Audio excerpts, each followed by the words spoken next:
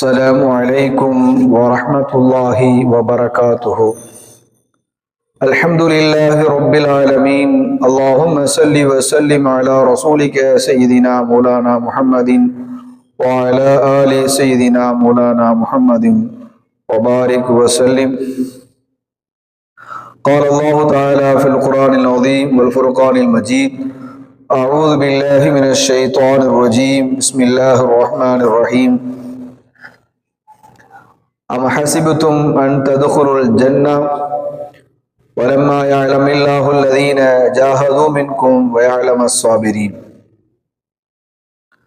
قال نبينا صلى الله عليه وسلم: موضع صوت في الجنة خير من الدنيا وما فيها، أو كما قال عليه الصلاة والسلام.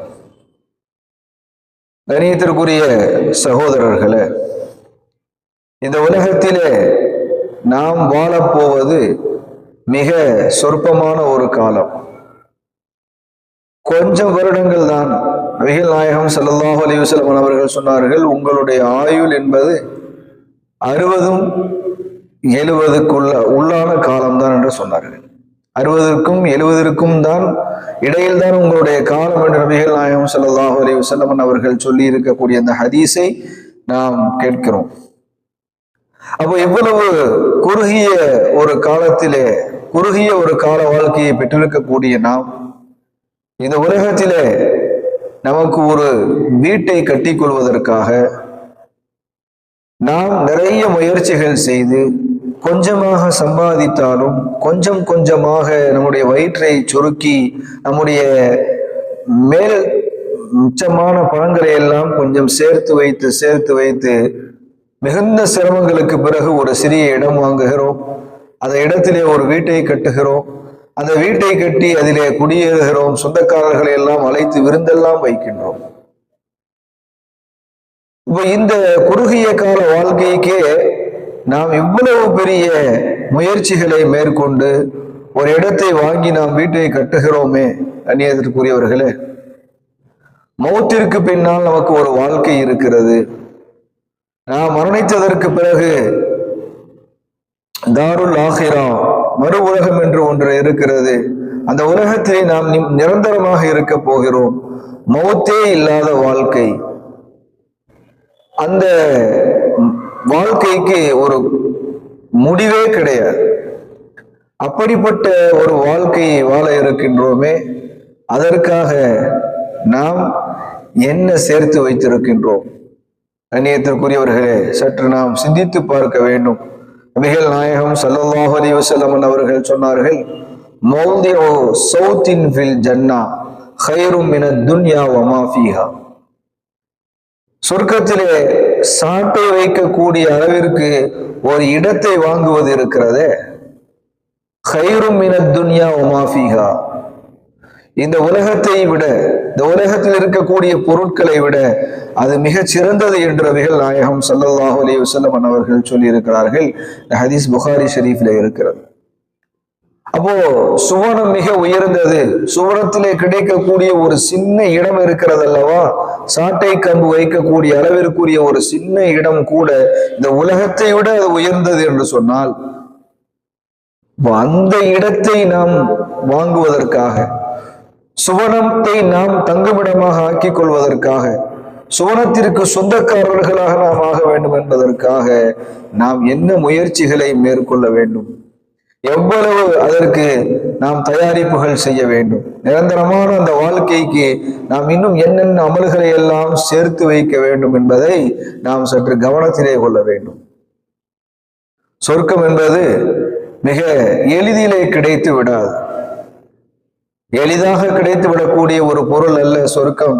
அம் ஹஸிபத்தும் an ததுகுலுல் ஜன்னத வலம்மா யஅலமில்லாஹு அல்லதீன ஜாஹது மின்கும் வயஅலமஸ் ஸாபிரீன். அல்லாஹ் குர்ஆன் ஷரீஃபிலே கேட்கின்றான், உங்களில் போராளிகள், சகிப்புத்தன்மை உடையவர்கள் யார் என்பதை அறியாமல் சுவனத்தில் பிரவேசிக்கலாம் என நீங்கள் நினைக்கிறீர்களா? அப்போ இந்த உலகத்திலே நாம் நிறைய பொறுமைகளை மேற்கொள்ள வேண்டும். பொறுமையோடு நாம் இந்த உலகத்திலே இருக்க வேண்டும். போராளிகளாக நாம் இருக்க வேண்டும். அப்படி இருந்து இந்த அளவிற்கு ஒரு தியாகத்தை மேற்கொண்டால்தான் சொர்க்கத்தை அடைய முடியும் என்பதை நாம் புரிந்து கொள்ள முடியும். கண்ணியத்திற்குரியவர்களே, முதலில் நாம் சொர்க்கம் செல்ல வேண்டும் என்று ஒவ்வொருவரும் ஆசைப்பட வேண்டும். நாயகம் ஸல்லல்லாஹு அலைஹி வஸல்லம் அவர்கள் இந்த உம்மத்திலே பிறந்து விட்ட அனைவரும் சொர்க்கம் செல்ல வேண்டும் என்று ஆசைப்பட்டார்கள். நாமும் ஆசை கொள்ள வேண்டும்.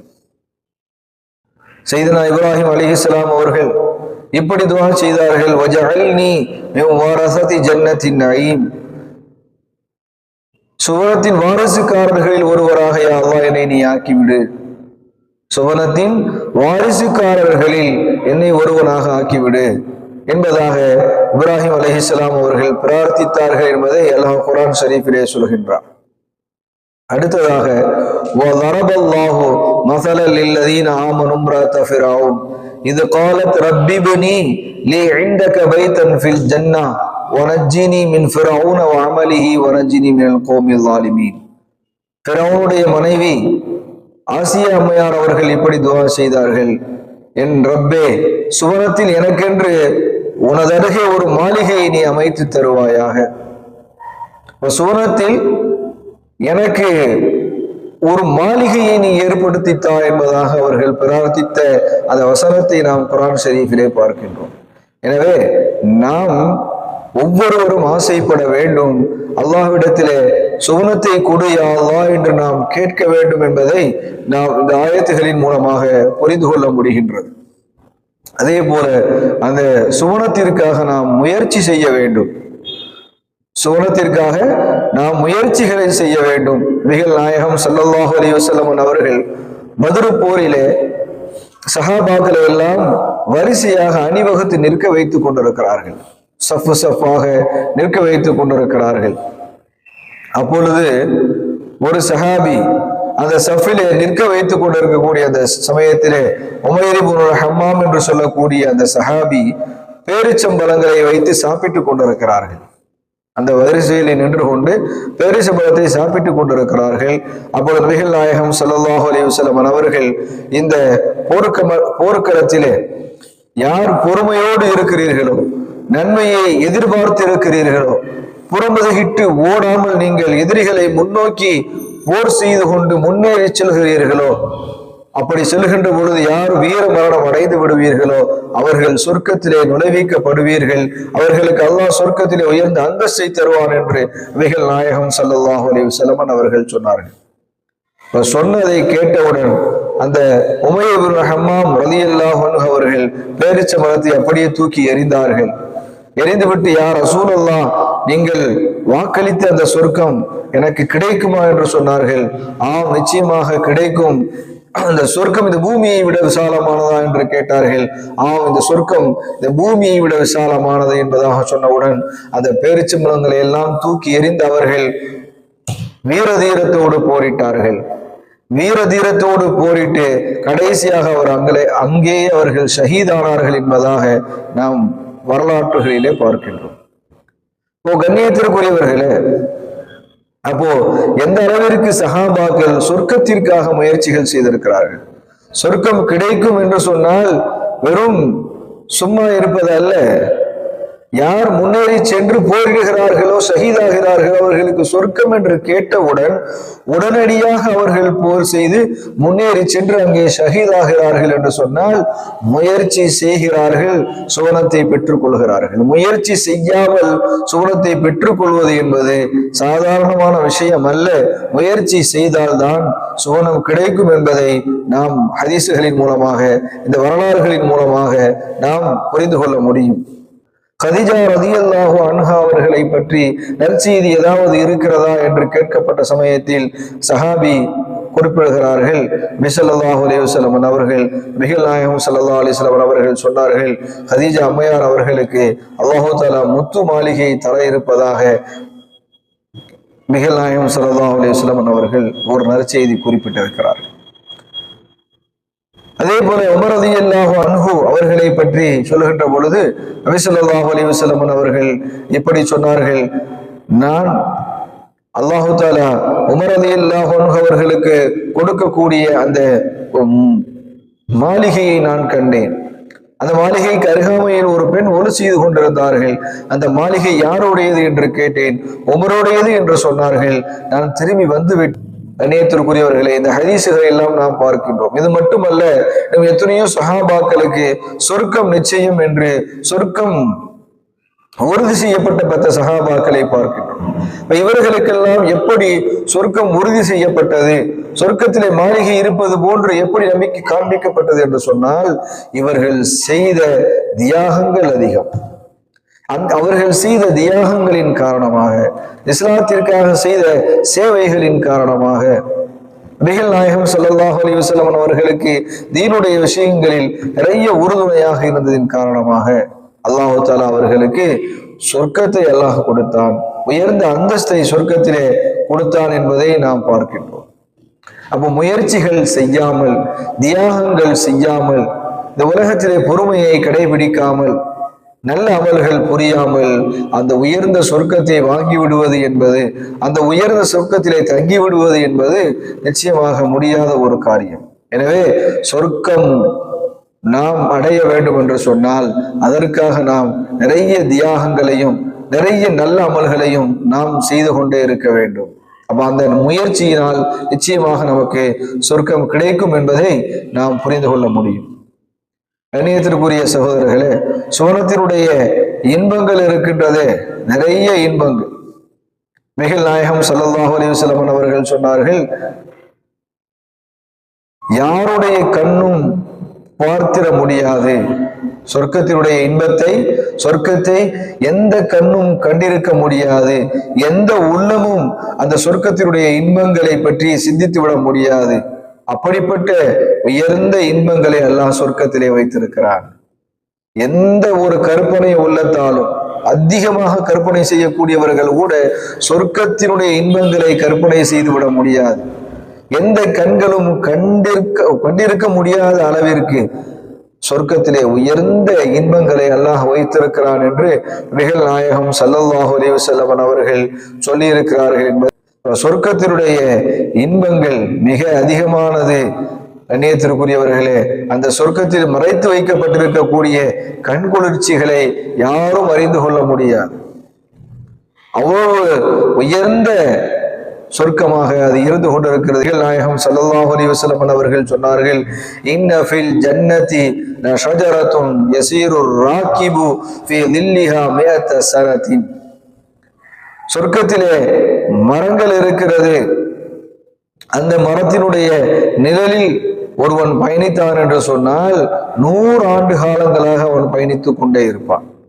100 ஆண்டு காலம் பயணிக்கக்கூடிய அளவிற்கு அந்த மரத்தின் நிழல் இருக்கும் என்று சொன்னால், அப்போ அந்த மரம் எவ்வளவு பெரியதாக இருக்கும், அந்த மரத்தை தாங்கி இருக்கக்கூடிய சுமனம் எவ்வளவு பெரியதாக இருக்கும் என்பதை சற்று நாம் யோசித்து பார்த்து கொள்ள வேண்டும். கண்ணியத்திற்குரியவர்களே, அவ்வளவு உன்னதமான நிழல்களை தரக்கூடிய, குளிர்ச்சியாக இருக்கக்கூடிய ஒரு சுவனமாக அது இருந்து கொண்டிருக்கிறது. நபிகள் நாயகம் ஸல்லல்லாஹு அலைஹி வஸல்லம் அவருடைய ஒரு ஹதீஸை அனஸ் பின் மாலிக் ரலியல்லாஹு அன்ஹு அவர்கள் அறிவிக்கிறார்கள். நபி ஸல்லல்லாஹு அலைஹி வஸல்லம் அவர்கள் சொன்னார்கள், சொர்க்கத்திலே மக்கள் எல்லாம் ஒன்று கூடக்கூடிய ஒரு சந்தை ஒன்று இருக்கிறது. அங்கு ஒவ்வொரு வெள்ளிக்கிழமையும் சொர்க்கவாசிகள் எல்லாம் வருவார்கள். அங்கே பருவக்காற்று, வடபருவக்காற்று வீசும். அந்த காற்று வீசியவுடன் அவர்களுடைய முகங்களிலே அந்த சொர்க்கத்தினுடைய மண்ணை அள்ளி அது அவர்களுடைய முகத்திலே வீசும்.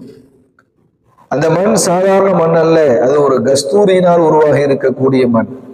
அந்த மண் பட்டவுடன் அவர்கள் மென்மேலும் அழகும் பொலிவும் பெற்று விடுவார்கள். ஆனா யோசித்து பாருங்க, நம்ம ஊர்ல நம்ம ஒரு சந்தைக்கு போறோம் அல்லது ஒரு கடை வீதிக்கு போறோம், காற்று வேகமாக அடித்தால் அங்க உள்ள குப்பைகள் மண்ணெல்லாம் நம்ம மேல பட்டு நம்முடைய உடல் அழுக்கு அடைந்து விடும். ஆனால் சொர்க்கத்தில் இருக்கக்கூடிய இடத்தில் மக்கள் ஒன்று கூடியவுடன் அங்கே காற்று வீசி மண்ணை அள்ளி போட்டால் அந்த மண் அவருடைய முகத்திலே பட்டதின் காரணமாக அவர்கள் பன்மடங்கு அழகு பெற்று விடுவார்கள். அவர்கள் முகம் பன்மடங்கு பொலிவாக ஆரம்பித்துவிடும். இப்போ அந்த அளவிற்கு அந்த சொர்க்கம் உயர்தரமானது என்பதை நாயகம் ஸல்லல்லாஹு அலைஹி வஸல்லம் அவர்கள் இந்த ஹதீஸிலே நமக்கு சொல்லித் தருகிறார்கள். மண்ணெல்லாம் பட்டு இவர்கள் வீட்டிற்கு செல்வார்கள், இவர்களுடைய தங்குமிடத்திற்கு சொல்வார்கள். தங்குமிடத்திற்கு சென்றவுடன் அங்கு இருக்கக்கூடிய அவர்களுடைய துணைவியர்கள் கேட்பார்கள், என்ன என்றும் இல்லாத அளவிற்கு இன்று மிக அதிக அழகோடும் பொலிவோடும் இருக்கிறீர்களே என்று அவர்களுடைய துணைவியர்கள் கேட்பார்களாம். அப்பொழுது இவர்களும் கேட்பார்களாம், நீங்களும் தான் கூடுதலான அழகும் பொலிவும் பெற்றிருக்கிறீர்களே என்பதாக அவர்களும் சொல்வார்கள். அந்த அளவிற்கு சொர்க்கத்திலே இவர்கள் வெளியில் சென்று மீண்டும் உள்ளே வந்தவுடன் பன்மடங்கு பொலிவாக இருப்பார்கள். அந்த வீட்டில் உள்ள பெண்களும் பன்மடங்கு பொலிவாக ஆகிவிடுவார்கள் என்ற அந்த ஹதீஸை முஸ்லிம் ஷரீஃபிலே பதிவு செய்யப்பட்டிருக்கிறது என்பதை நாம் பார்க்கின்றோம். கண்ணியத்திற்குரியவர்களே, அப்போ சொர்க்கத்தினுடைய அந்த காற்று, அந்த மண் எந்த அளவிற்கு உயர்ந்தது என்பதை நாம் சற்று சிந்தித்து பார்க்க வேண்டும். கண்ணியத்திற்குரியவர்களே, அல்லாஹ் தஆலா சுவனத்திலே நமக்கு ஒரு மாளிகைகளை தர இருக்கின்றார். அந்த மாளிகைகள் எப்படிப்பட்ட மாளிகைகள்? அல்லாஹ் குர்ஆன் ஷரீஃபிலே சொல்கின்றான், தபாரக்கல்லதி இன்ஷாஅ ஜஅல லக கைரம் மின் ذلك ஜன்னாத்தின் தஜ்ரி மின் தஹ்திஹல் அன்ஹார் வ யஜஅல் லக குஸூரா. அல்லாஹ் பாக்கியமிக்கவன், அவன் விரும்பினால் இதைவிட சிறந்த சோலைகளை உமக்காக அல்லாஹ் ஏற்படுத்தி தருவான். அவற்றின் கீழ் ஆறுகள் ஓடிக்கொண்டிருக்கும். உமக்காக அந்த இடத்தில் மாளிகை அல்லாஹ் ஏற்படுத்துவான். அப்போ உங்களுக்கு அல்லாஹ் மாளிகை ஏற்படுத்துவானே, அந்த மாளிகைக்கு கீழ்ப்பகுதியிலே ஆறுகள் ஓடும். ஆறுகள் ஓடக்கூடிய அந்த இடம் எவ்வளவு பசுமையானதாக இருக்கும். இந்த உலகத்திலேயே நாம் பார்க்கின்றோம், ஆறுகள் ஓடிக்கொண்டிருக்கும். அந்த ஆறுகளுக்கு இருக்கக்கூடிய மேட்டு பகுதியில மிகுந்த பசுமையான ஒரு ரம்மியமான ஒரு அழகு தோற்றம் இந்த உலகத்திலேயே நாம் பார்க்க முடியும். ஆனால் சொர்க்கத்திலே அல்லாஹு தாலா பன்மடங்கு உயர்ந்த ரம்மியமான அழகான ஒரு இடத்தை அல்லாஹு தாலா நமக்கு தர இருக்கிறான். சொர்க்கம் என்பது மிக அழகானது. நமக்கு தரக்கூடிய மாளிகைகளுக்கு கீழாக ஆறுகள் ஓடிக்கொண்டிருக்கும் என்பதை அல்லாஹ் குர்ஆன் ஷரீஃபிலே சொல்கின்றான்.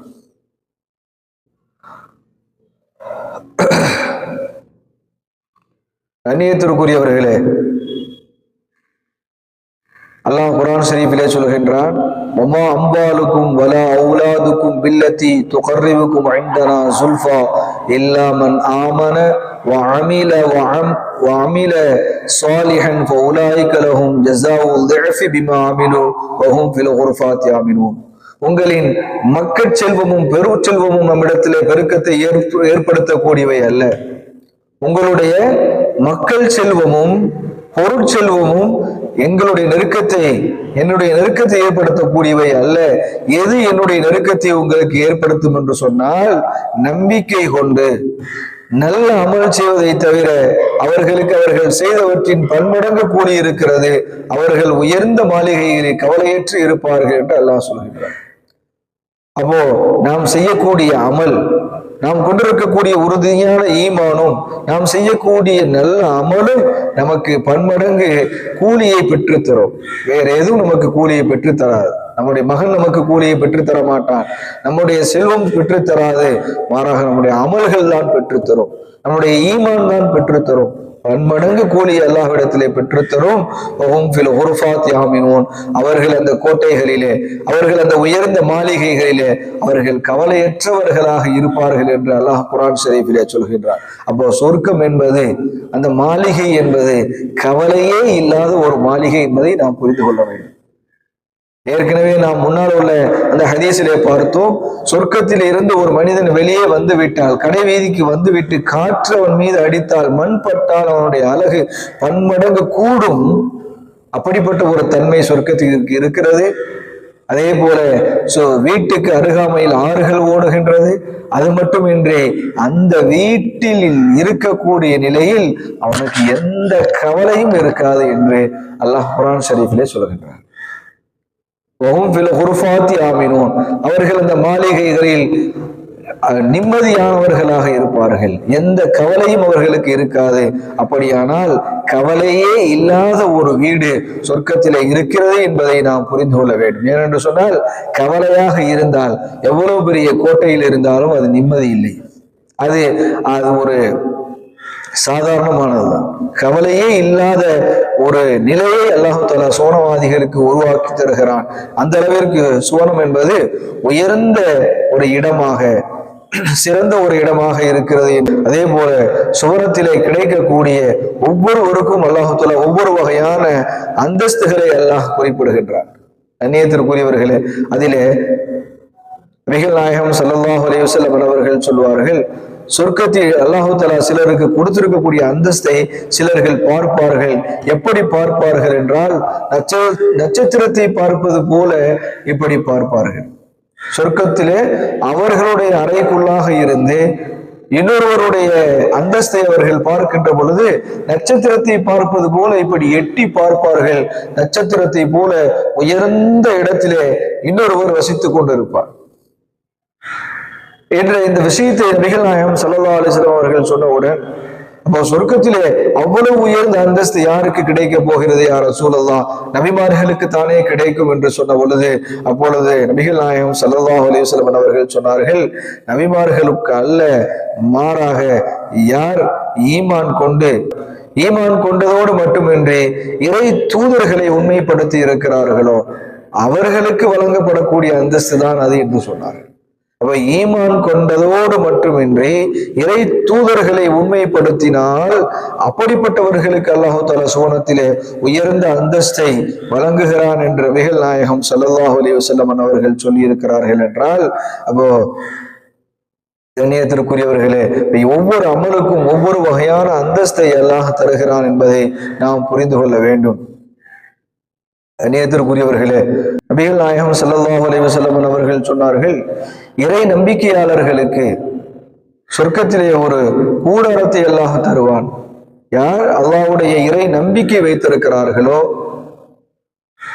யாரிடத்திலே அல்லாஹ் மீது நம்பிக்கை இருக்கிறதோ அவருக்கு அல்லாஹ் தஆலா சொர்க்கத்தை தருவான். அந்த சொர்க்கத்திலே அவருக்கு ஒரு கூடாரத்தை அல்லாஹ் ஏற்படுத்துவான். அதனுடைய நடுவிலே பிரம்மாண்டமான முத்தால் ஆகியிருக்கும். அந்த கூடாரம் என்பது நடுவிலே முத்து என்று சொல்லக்கூடிய அந்த உயர்ந்த கற்களால் அது செய்யப்பட்டிருக்கும். அதனுடைய உயரம் இருக்கிறது அல்லவா, 60 மைல்களாகும். பாத்தீங்களா? ஒரு கூடாரம் என்று ஹதீஸிலே வருகிறது. நாம் அதை ஒரு சின்ன கூடாரம் என்று நினைக்கின்றோம். ஆனால் அந்த கூடாரத்துடைய உயரம் எவ்வளவு தெரியுமா? 60 மைல் உயரம். 60 மைல் உயரம் என்று சொன்னால் கிட்டத்தட்ட எத்தனை கிலோமீட்டர் உயரம் என்பதை நாம் கணக்கிட்டுக் கொள்ள முடியும். அவ்வளவு உயரமான ஒரு மாளிகையை அல்லாஹு தஆலா இறை நம்பிக்கை கொண்டவருக்கு அல்லாஹ் தருகின்றான். இறை நம்பிக்கை கொண்டு நல்ல அமல்கள் செய்து நபிமார்களை உண்மைப்படுத்தி நல்ல அமல்கள் செய்தால் இப்படி ஒவ்வொன்றுக்கும் ஒவ்வொரு வகையான அந்தஸ்துகளை உயர்ந்த இடங்களை அல்லாஹ் கொடுத்து கொண்டே இருப்பான் என்பதை நாம் புரிந்து கொள்ள முடியும். அப்ப ஈமானிற்கு தக்கவாறு அமல்களுக்கு தக்கவாறு ஒவ்வொருத்தருடைய தரஜாக்களும் சோனத்திலே வெவ்வேறு நிலையில் இருந்து கொண்டிருக்கும் என்பதை நாம் புரிந்து கொள்ள வேண்டும். கண்ணியத்திற்குரியவர்களே, சுவனம் என்பது அந்த வாய்ப்பு நமக்கு தவறி போய்விடக்கூடாது. சுவனத்திலே நமக்கு ஒரு இடத்தை அல்லாஹ் தர வேண்டும். சுவனம் நமக்கு கிடைக்க வேண்டும். சுவனம் நமக்கு கிடைக்காமல் ஆகிவிடக் கூடாது. அந்த வாய்ப்பு யாருக்கும் தவறிவிடக் கூடாது என்ற அந்த விஷயத்திலே நாம் உயர்ந்த கவனமாக இருக்க வேண்டும்.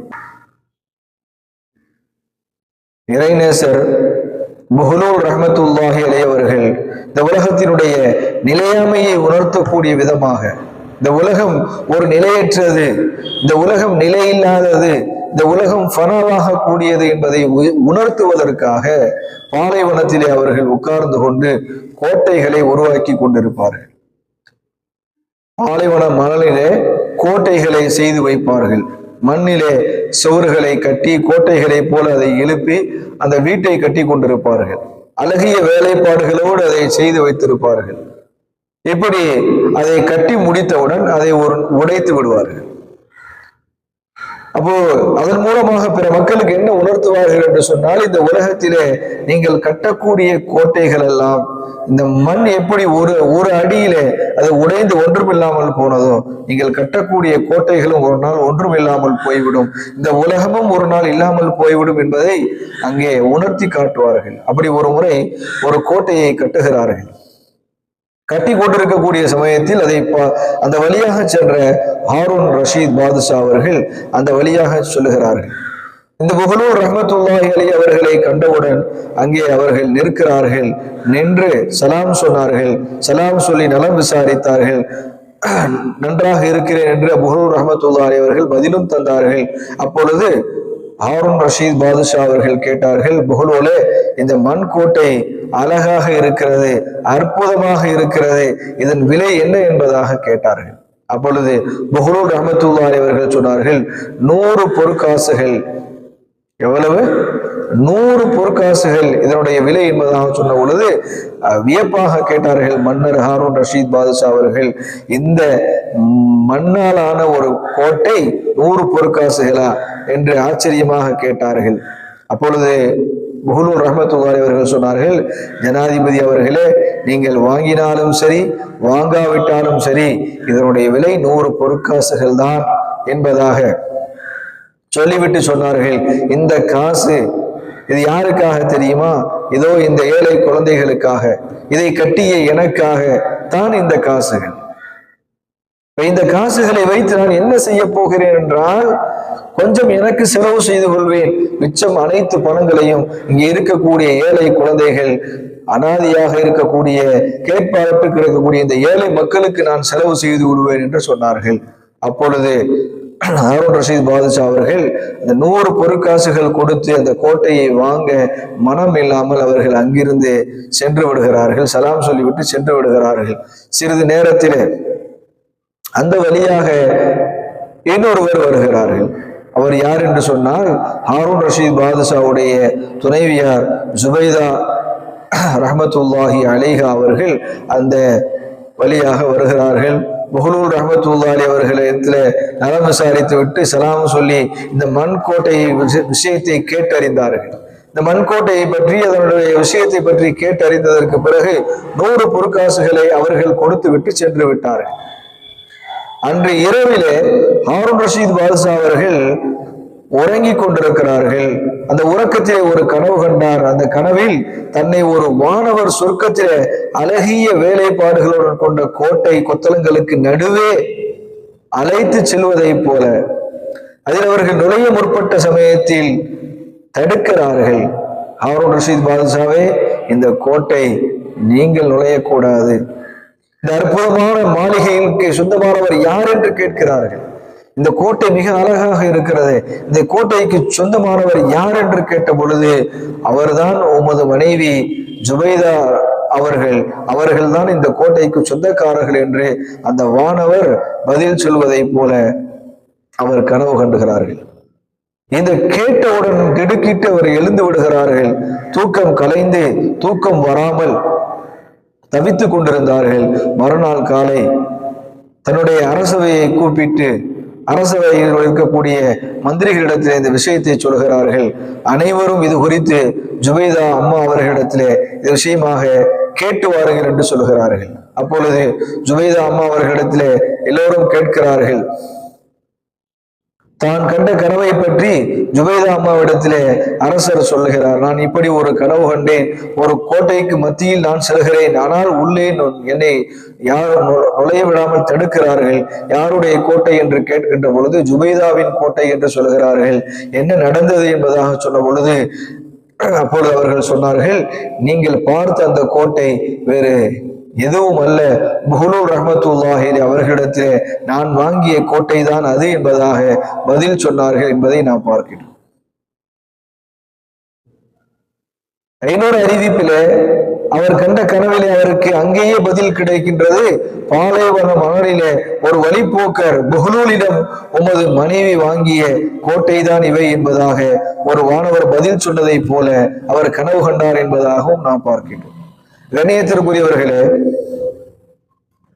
புகழூர் ரஹ்மத்துல்லாஹி அவர்கள் சந்தித்து மீண்டும் எப்படியாவது ஒரு கோட்டையை நாம் வாங்கி நாமும் சோழத்திலே ஒரு கோட்டைக்கு சொந்தக்காரர்களாக ஆகிவிட வேண்டும் என்று அரசர் இன்னொரு நாள் திட்டமிடுகிறார். திட்டமிட்டு அந்த வழியிலே போகின்றார். அதே போல புஹ்லூல் ரஹ்மத்துல்லாஹி அலைஹி அவர்கள் ஒரு பெரிய கோட்டையை கட்டி வைத்திருக்கிறார்கள். அப்பொழுது ஹாரூன் ரஷீத் பாதுஷா அவர்கள் சலாம் சொல்லி விசாரித்து விட்டு புஹ்லூலே இந்த கோட்டை எவ்வளவு என்பதாக கேட்டார்கள். கேட்ட பொழுது புஹ்லூல் அவர்கள் சொன்னார்கள், இந்த கோட்டை 1000 பொற்காசுகள் என்று சொன்னார்கள்.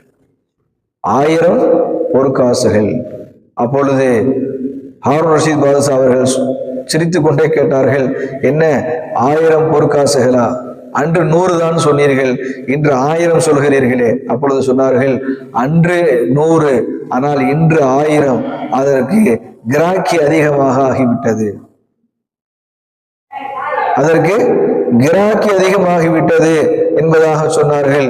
இது சாதாரணமான ஒரு கோட்டை அல்ல, சாதாரணமான ஒரு கோட்டை அல்ல. வானவர்களே இந்த கோட்டையை வாங்கி செல்லக்கூடிய அளவிற்கு இதற்கு மதிப்பு கூடிவிட்டது என்பதாக சொன்ன பொழுது, நீங்கள் கொடுக்கக்கூடிய 1000 பொற்காசுகள் என்பது இது எனக்காக அல்ல, ஏதோ விளையாடி கொண்டிருக்கிறார்களே இந்த ஏழை எளியோர்கள், இந்த குழந்தைகளுக்கானது, இவர்களுடைய தேவைக்கானது என பதிலளித்தார்கள். அப்பொழுது புஹ்லூல் ரஹ்மத்துல்லாஹி அவர்கள் சொல்லிவிட்டு அமைதியாக இருந்தார்கள். மீண்டும் அவர்கள் ஒரு வாய்ப்பு நழுவி விட்டது, இப்பொழுது நம்மிடத்திலே இப்ப மீண்டும் அவர்கள் அந்த கோட்டையை வாங்காமல் அவர்கள் அங்கிருந்து மௌனமாய் திரும்பி விடுகிறார்கள். கண்ணியத்திற்குரியவர்களே, இங்க நாம் சற்று யோசித்து பார்க்க வேண்டும்.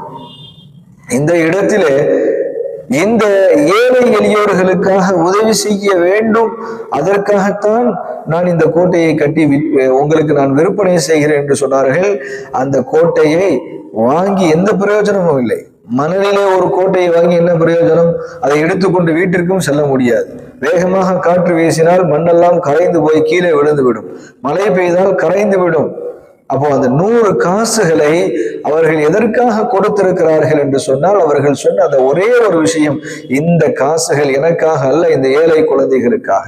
இப்ப ஏழை குழந்தைகளுக்காக ஜுபைதா அம்மையார் அவர்கள் 100 பொற்காசுகளை அளித்தார்கள். சுவனத்திலே ஒரு பெரிய கோட்டையை அவர்கள் அல்லாஹ்விடத்திலே பெற்றுக்கொண்டார்கள் என்பதுதான் அந்த கனவினுடைய மிக முக்கியமான ஒரு விஷயமாக இருக்கிறது என்பதை நாம் பார்க்க வேண்டும். அப்போ புஹ்லூல் ரஹ்மத்துல்லாஹி அவர்கள் கட்டிய கோட்டை 1000 அல்ல, அவர்கள் சொன்ன அந்த விஷயம் இருக்கிறதே, அதுதான் ஏழை எளியோருக்காக செலவழிக்கப்படக்கூடிய இந்த பணம்.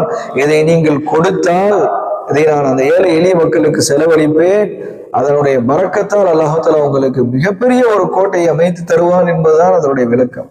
அப்போ நாம் சொர்க்கத்திலே உயர்ந்த கோட்டைகளில் தங்க வேண்டும் என்று சொன்னால், சொர்க்கத்திலே உயர்ந்த அந்தஸ்துகள் வேண்டும் என்று சொன்னால், மிகப்பெரிய மாளிகையில் இருக்க வேண்டும் என்று சொன்னால், ஏழை எளியவர்களுக்காக நம்முடைய காசு பணங்களை கொஞ்சம் செலவு செய்ய வேண்டும்.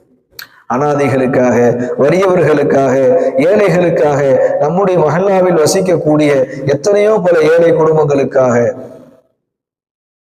வசதியற்ற எத்தனையோ பேர் நோய் நொடியில சிக்கி தவித்துக் கொண்டிருப்பார்கள், அவர்களுக்காக, இப்படி ஏழை எளிய மக்களுக்காக நாம் செய்யக்கூடிய ஒரு சின்ன சின்ன உதவிகள் மூலமாக கூட அல்லாஹ் தஆலா சொர்க்கத்திலே உயர்ந்த அந்தஸ்தை தருவார் என்பதை நாம் புரிந்து கொள்ள வேண்டும்.